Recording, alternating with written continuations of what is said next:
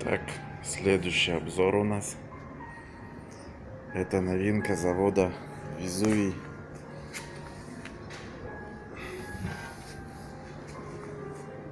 Везувий V10.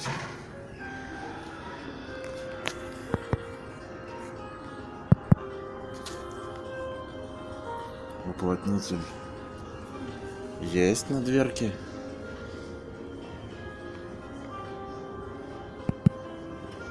Вот он. Крючковой механизм присутствует.